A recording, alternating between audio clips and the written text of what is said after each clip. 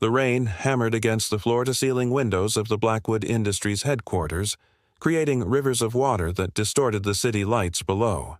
Damian Blackwood stood in his corner office, a crystal tumbler of whiskey untouched in his hand. At 37, he had everything most men dreamed of: a technology empire worth billions, influence that reached across continents, and a reputation that made competitors tremble. Yet none of it had filled the hollow space in his chest where his father's pride used to reside. 15 years. 15 years since the Hartford Corporation had systematically destroyed Blackwood Technologies through corporate espionage and market manipulation. 15 years since his father, unable to bear the shame of bankruptcy and betrayal, had taken his own life in this very office. Damian had been 22 then, watching helplessly as everything his family had built crumbled to dust. He had sworn on his father's grave that he would rebuild the empire and make the Hartford family pay for every moment of suffering. His assistant knocked softly before entering. "Mr. Blackwood, the Hartford representatives are here." Damian turned from the window, his steel-gray eyes cold and calculating. "Send them in." 3 people entered his office, their body language speaking volumes about their desperation. Richard Hartford, once a titan of industry, now looked diminished and gray. His wife, Constance, clutched her handbag with white-knuckled fingers. Between them stood their youngest daughter, Evangeline. Damian had researched the entire Hartford family thoroughly, but no photograph had prepared him for Evangeline in person. She was 24, with cascading chestnut hair that caught the office lights and eyes the color of warm honey. She wore a simple cream dress that suggested modest means, a far cry from the designer clothes she had grown up wearing.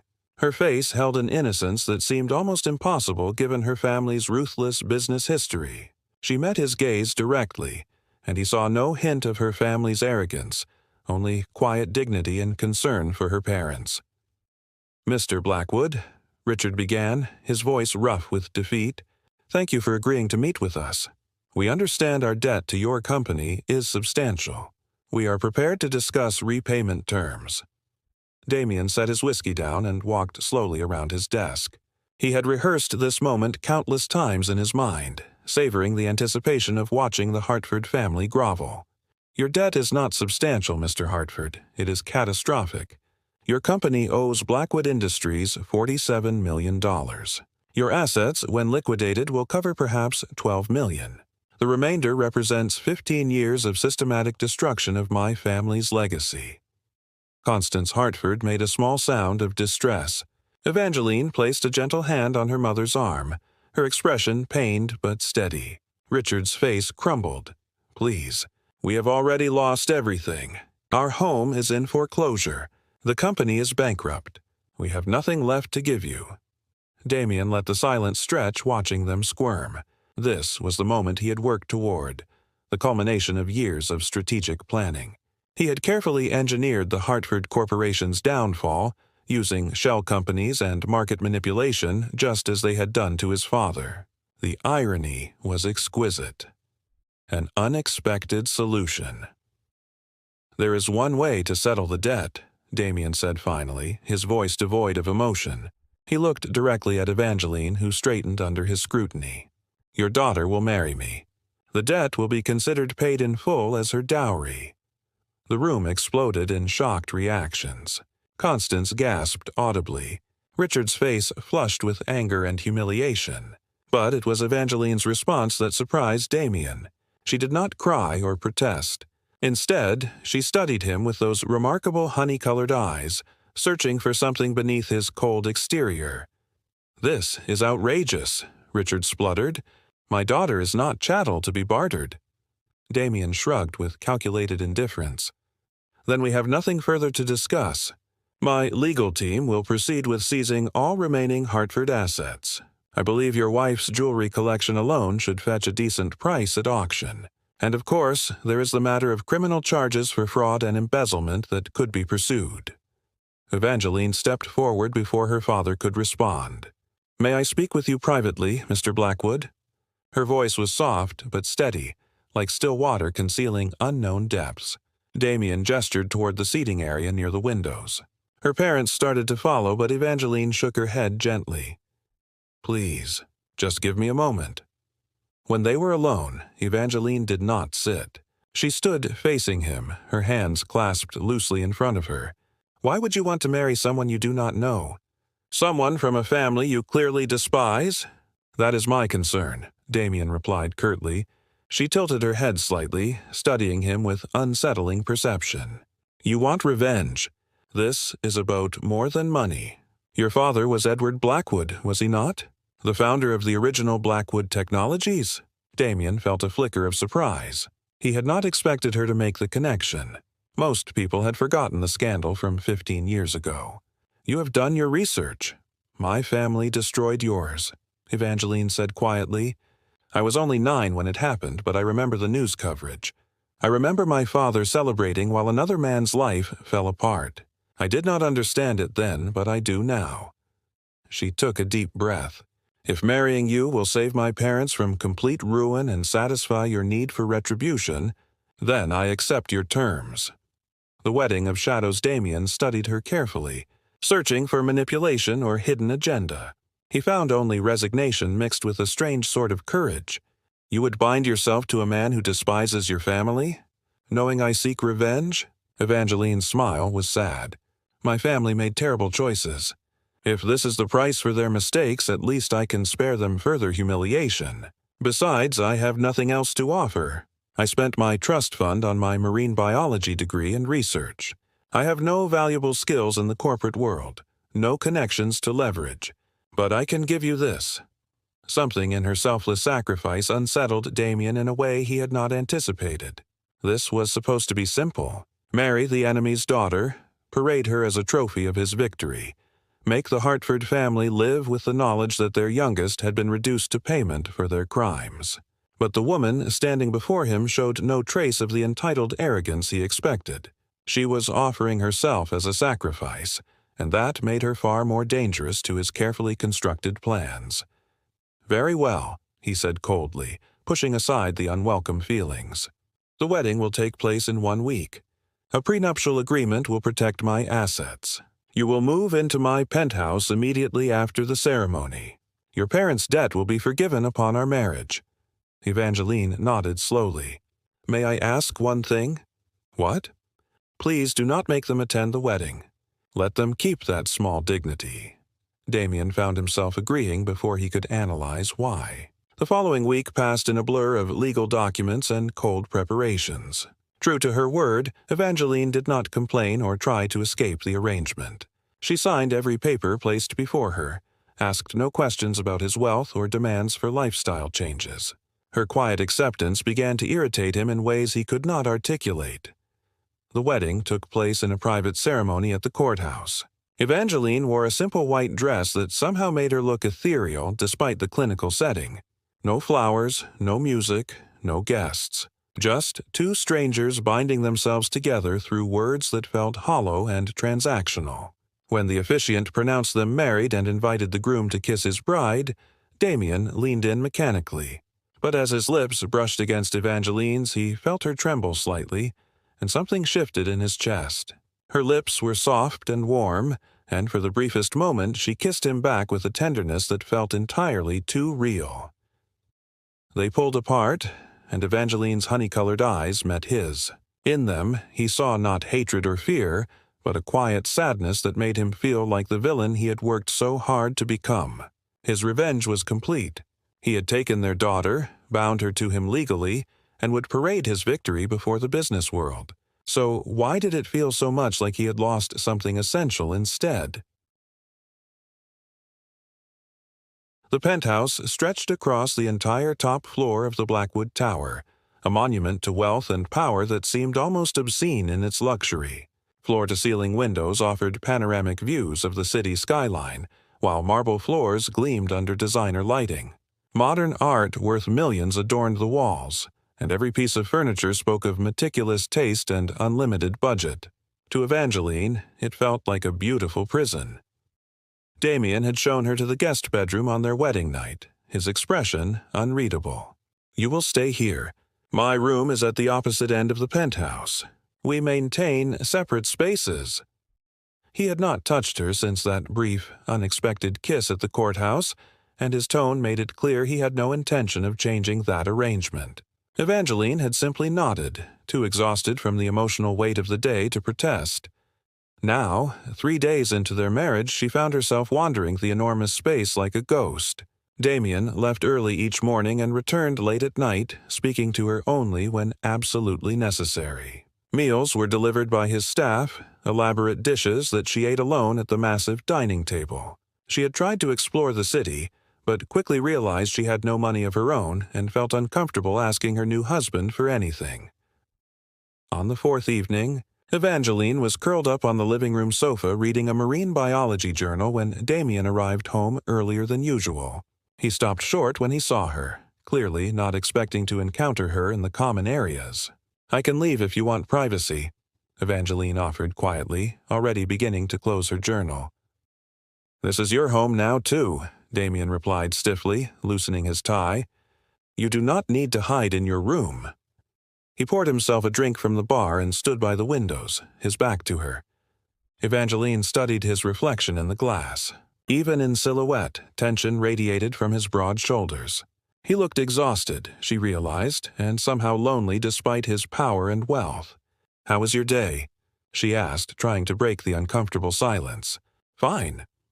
The single word was clearly meant to discourage conversation, but Evangeline had spent her life studying ecosystems and understanding how different elements interacted. She recognized defense mechanisms when she saw them. "I read an article today about your company's new solar panel technology. The efficiency improvements are remarkable. You must be proud of what your team has accomplished." Damien turned to look at her, surprise flickering across his features before his mask of indifference returned. "You read about my company." "I was curious about what you do," Evangeline admitted. "Marine biology was my passion, but I always appreciated innovation in renewable energy.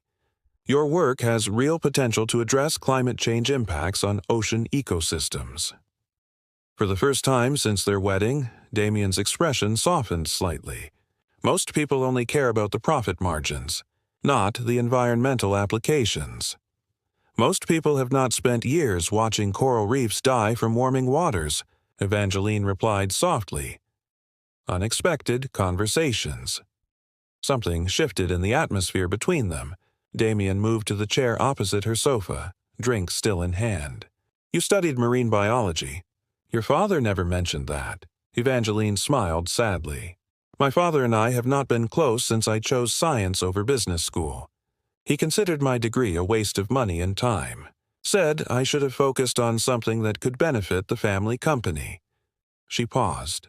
"I suppose he was right, given how things turned out." "Your research was not a waste," Damien said firmly, surprising himself with the conviction in his voice. "The oceans need people who care about protecting them, not another corporate executive." Evangeline looked at him with those penetrating, honey-colored eyes. "That is unexpectedly kind of you to say, considering why we are in this situation."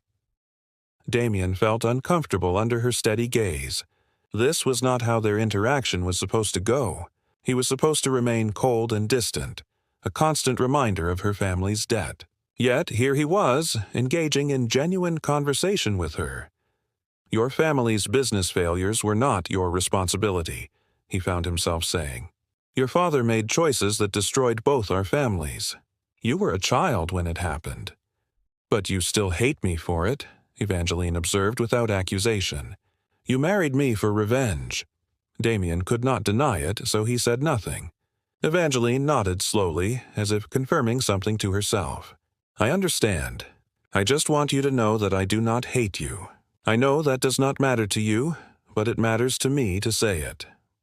Over the following weeks, their interactions became more frequent. Damien found himself coming home earlier, drawn by the strange comfort of finding Evangeline in the living room with her books and journals. She never demanded his attention or complained about their arrangement, but she was always willing to talk when he initiated conversation. They discussed everything from technology to environmental conservation to philosophy. Evangeline had a sharp mind and genuine curiosity that reminded Damien of why he had fallen in love with innovation in the first place. The illness one evening, Damien came home feeling uncharacteristically unwell. His head pounded, his throat burned, and his body ached with fever. He made it to his bedroom and collapsed onto the bed, too miserable to even remove his suit. Hours later, he woke to gentle hands pressing a cool cloth against his forehead. Through fever-clouded vision, he saw Evangeline sitting beside him, her face creased with concern. "You are burning up," she said softly. "I heard you come in, but you never came to the living room. I got worried and checked on you." "I am fine," Damien tried to say, but it came out as a croak. "You are definitely not fine," Evangeline replied with gentle firmness. "When did you last eat?" Damien could not remember. She disappeared and returned with soup, medicine, and fresh water. Despite his protests, she helped him sit up and made him eat and take the medication. Then she settled into the chair beside his bed with a book.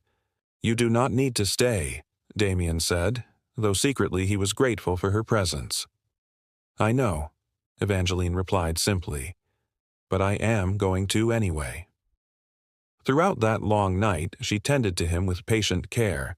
She changed the cool cloths on his forehead, helped him drink water, and even held his hand when fever dreams made him restless. In his delirium, Damien found himself talking about his father, about the pain of that loss, about the years of anger that had driven him. Evangeline listened without judgment, her thumb stroking gentle circles on the back of his hand. "Grief and anger are heavy burdens to carry alone," she whispered. "I am sorry you have had to bear them for so long." When morning came and his fever broke, Damien woke to find Evangeline asleep in the chair, her head resting uncomfortably on the edge of his bed, still holding his hand. Something cracked in the armor around his heart. This woman owed him nothing, had every reason to despise him, yet she had spent the entire night caring for him with genuine tenderness. Walls coming down. Damien recovered over the next few days, their relationship transformed. He began sharing more about his work, his dreams for the company, his frustrations with corporate politics. Evangeline listened with genuine interest and often offered insights that surprised him with their wisdom. She told him about her research, the beauty of underwater ecosystems, the urgent need for conservation. Her passion reminded him of his own early days in technology, before success had made everything routine. One evening, they were cooking dinner together in the massive kitchen, something that had become an unexpected ritual. Evangeline was chopping vegetables while Damien handled the pasta, and they were debating the merits of different renewable energy approaches. "You really believe we can reverse climate change impacts?" Damien asked, genuinely curious about her perspective. "I believe we have to try," Evangeline replied, her knife moving with practiced precision. "The alternative is watching everything beautiful in our oceans die. I cannot accept that future." Damien found himself watching her profile, the way concentration made her bite her lower lip, the grace of her movements, the passion lighting her features. When had she become so beautiful to him? When had her presence become the highlight of his day? "Why are you staring at me?" Evangeline asked, glancing up with a slight smile. "I am trying to figure you out," Damien admitted. "You should hate me. I forced you into this marriage. I have been cold and distant. Yet you are here, in my kitchen, cooking dinner and talking about saving the world." Evangeline set down her knife and turned to face him fully. "Hate takes too much energy, Damien, and you are not the villain you pretend to be. I have seen how you treat your staff with respect. I have read about your charitable foundations. I have watched you work late into the night perfecting technology that could help people. Yes, you married me for revenge, but that does not define everything you are." Her words struck something deep within him. "Your family destroyed mine," he said, but the words lacked their usual venom. "My father destroyed yours," Evangeline corrected gently, "and I am truly sorry for that. If I could undo the past, I would, but I cannot. All I can do is try to be someone worth knowing in the present." Damien crossed the distance between them, driven by an impulse he did not fully understand. He reached up and tucked a strand of chestnut hair behind her ear, his fingers lingering against her cheek. "You are already someone worth knowing," he said quietly. "You have been from the beginning. I was just too blind with anger to see it." Evangeline's breath caught as she looked up at him. "Damien, I think I am starting to fall for you," he confessed, the words feeling both terrifying and liberating. "That was not part of the plan. You were supposed to be a trophy, a symbol of my victory. But you have become so much more than that. You have become the best part of my day." Tears welled in Evangeline's eyes. "I have been falling for you too. I tried not to.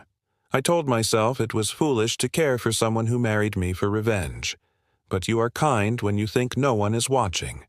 You are passionate about making the world better. You are lonely and wounded and trying so hard to be strong all the time. How could I not fall for you?" Damien cupped her face in both hands, his thumbs wiping away her tears. "I do not deserve your feelings." "Maybe not," Evangeline agreed with a watery smile. "But you have them anyway." He kissed her then, not with the mechanical coldness of their wedding day, but with genuine emotion and awakening desire. Evangeline melted into him, her arms wrapping around his neck as she kissed him back with equal passion. The dinner preparations were forgotten as they lost themselves in each other, discovering the warmth and connection that had been building between them for weeks. Damien sat in his office late one evening, reviewing old documents related to his father's company collapse. Since acknowledging his feelings for Evangeline, he had been troubled by growing doubts about his revenge. Something about the original business dealings had always nagged at him, details that never quite added up. He had been so consumed by grief and anger that he had never questioned the narrative he had been told. Now, with clearer eyes and motivation to truly understand what had happened, he began digging deeper. He hired a private investigator to locate former employees of both companies, people who had been present during the critical business dealings 15 years ago. What emerged over the following weeks shattered everything Damien thought he knew. The documents told a story very different from the one he had believed for so long. Richard Hartford had not been the mastermind of the corporate espionage. In fact, the evidence suggested he had been manipulated by his business partner, Victor Crane, who had systematically fed him false information about Blackwood Technologies while secretly stealing their innovations. Victor had positioned himself to profit from both companies' destruction, planning to sweep in and acquire their assets at bankruptcy prices. Richard had been guilty of negligence and poor judgment, but not malicious intent. More devastating still, Damien discovered that his father had known the truth before his death. Edward Blackwood had uncovered Victor's scheme and had been preparing to expose him when he died. The investigators found a letter Edward had written to Richard Hartford, never sent, explaining everything and proposing they work together to stop Victor. His father had not taken his own life because of business failure or betrayal by the Hartfords. He had been murdered, made to look like suicide, by Victor Crane to prevent the truth from emerging. The revelation hit Damien like a physical blow. He had spent 15 years hating the wrong man. He had built his entire adult life around avenging his father against people who were also victims. And he had married Evangeline, bound her to him through manipulation and threats, all based on a lie. The weight of his mistakes crushed down on him, making it hard to breathe. What had he done? Confronting the past, Damien arrived home that night to find Evangeline waiting for him in the living room, her expression worried. She took one look at his face and immediately came to him. "What happened? You look devastated." He pulled away from her comforting touch, unable to bear it. "I need to tell you something. About your father, about my father, about why we are really married." He laid out everything he had discovered, watching her face as the truth unfolded. Evangeline listened in silence, her honey-colored eyes filling with tears. "So my father was not the villain you thought he was," she said softly when he finished. "And you married me based on false information." "I ruined your life for nothing," Damien said, his voice hollow with self-loathing. I destroyed your family's company, forced you into this marriage, all while seeking revenge for something your father did not even do. Victor Crane has been living freely all these years while I punished innocent people." Evangeline was quiet for a long moment, processing everything.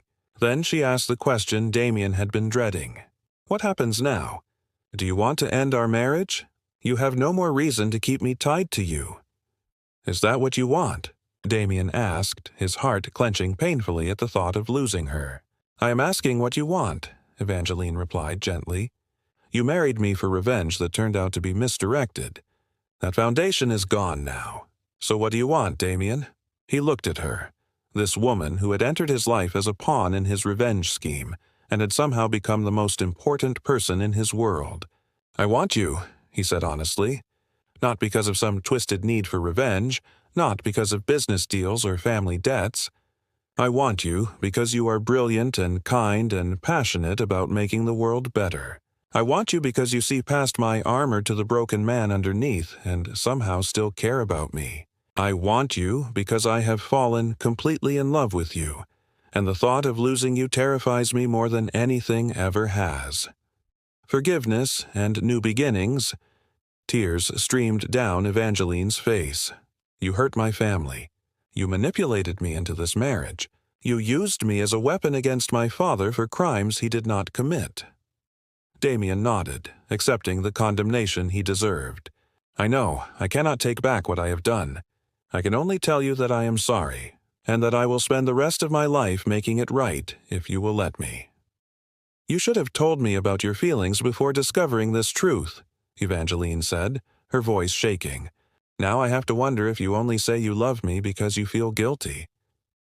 "I told you how I felt weeks ago," Damien reminded her. "Before I knew any of this, my feelings for you are not about guilt, Evangeline. They are about you, about who you are, and how you make me feel alive again." Evangeline stood and walked to the windows, her arms wrapped around herself.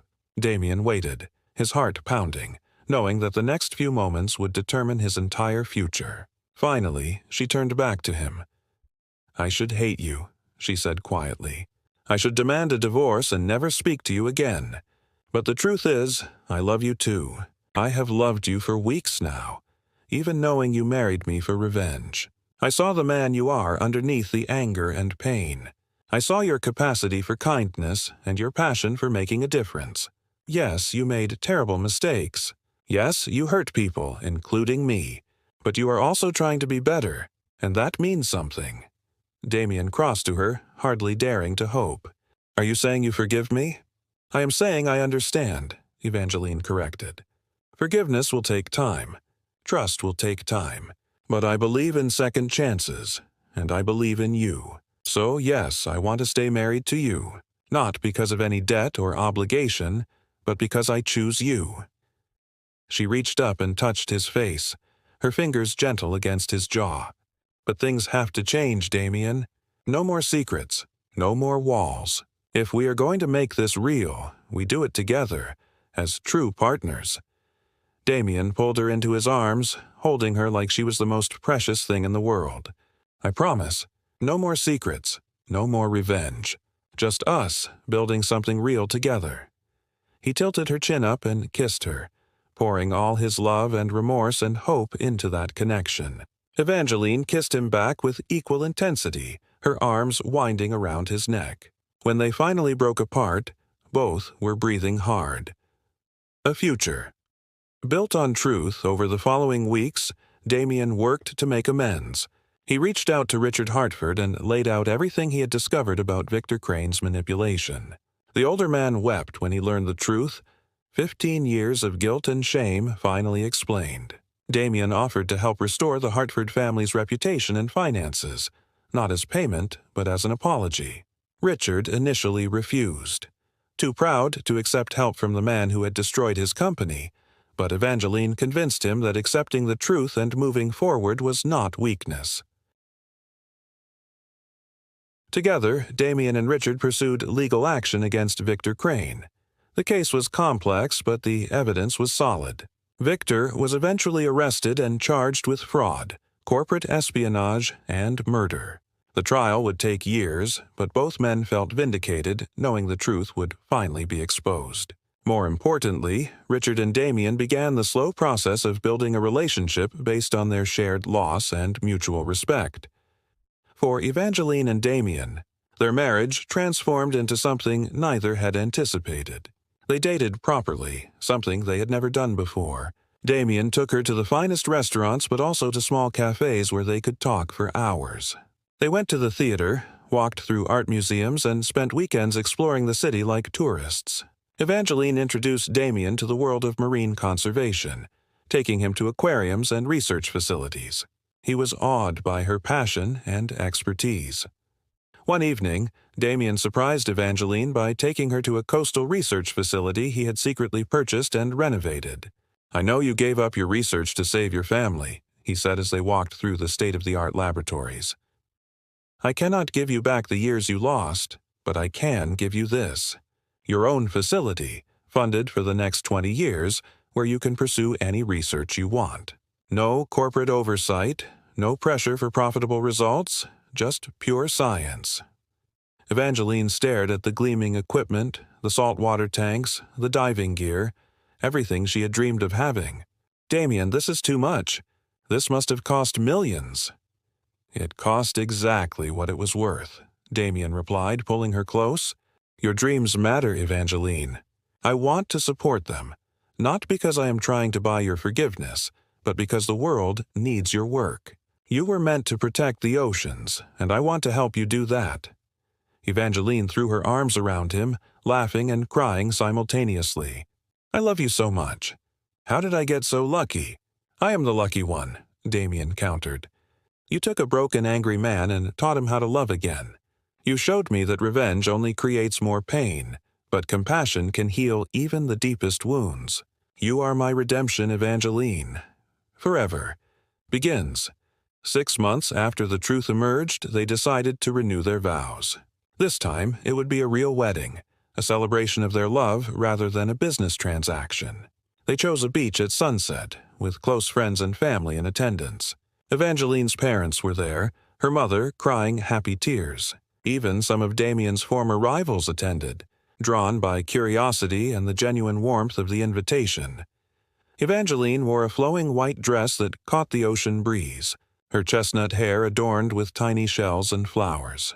She looked like a goddess emerging from the sea, and Damien's breath caught when he saw her walking toward him on the sand. This time, there was no cold transaction, no hidden agenda, only pure love shining from both their faces. "When I first met you, I thought you were a pawn in my game of revenge," Damien said during his vows, his voice thick with emotion. "I was so wrong. You are the queen who conquered my heart, the light that guided me out of darkness, the love I did not know I needed. You are my partner, my best friend, and my greatest treasure. I promise to support your dreams, to stand beside you in every challenge, and to love you with everything I am for the rest of my life." Evangeline wiped away tears as she spoke her own vows. "You saved my life once in turbulent waters, and then you saved it again by teaching me what true love looks like. Yes, we started with pain and mistakes, but we built something beautiful from those ashes. You are my anchor and my adventure, my calm and my passion. I choose you today and every day, not because I have to, but because I cannot imagine my life without you." When they kissed as the sun set behind them, painting the sky in brilliant colors, everyone watching knew they were witnessing something rare and precious. A love born from darkness but transformed by light. A second chance that both had earned through honesty, forgiveness, and courage. That night, in their bedroom overlooking the ocean, Damien made love to Evangeline with a tenderness and passion that spoke of genuine devotion. Every touch was a promise, every kiss a declaration of love. There was no reservation between them anymore, no walls or secrets, just two people completely open and vulnerable with each other. Afterward, they lay tangled together, listening to the waves and talking about their future. "I want to expand the research facility," Evangeline said dreamily. "Bring in more scientists, tackle bigger projects. Maybe even develop new restoration techniques that could be used worldwide." "We will do it together," Damien promised, stroking her hair. "Your work will change the world, and I will be there supporting you every step of the way." "What about your company?" Evangeline asked. "You have worked so hard to build it." "The company will always be important," Damien acknowledged. "But it is not my whole life anymore. You are. Our future together is. I want us to have a family someday, children who grow up knowing they can follow their passions. I want to watch you achieve every dream you have ever had. I want to grow old with you, still falling more in love every single day." Evangeline smiled up at him, her honey-colored eyes full of love and contentment. "That sounds perfect. I love you, Damien Blackwood." "I love you too, Evangeline Blackwood," he replied, kissing her softly. "Thank you for giving me a second chance. Thank you for teaching me that love is stronger than revenge, and that the best way to honor the past is to build a better future."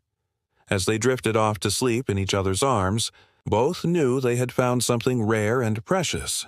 Their love story had begun with darkness and deception, but it had transformed into something beautiful and true. From revenge to redemption, from forced marriage to chosen partnership, from loneliness to love. They had discovered that sometimes the most unexpected journeys lead to the most extraordinary destinations. And their journey together was just beginning,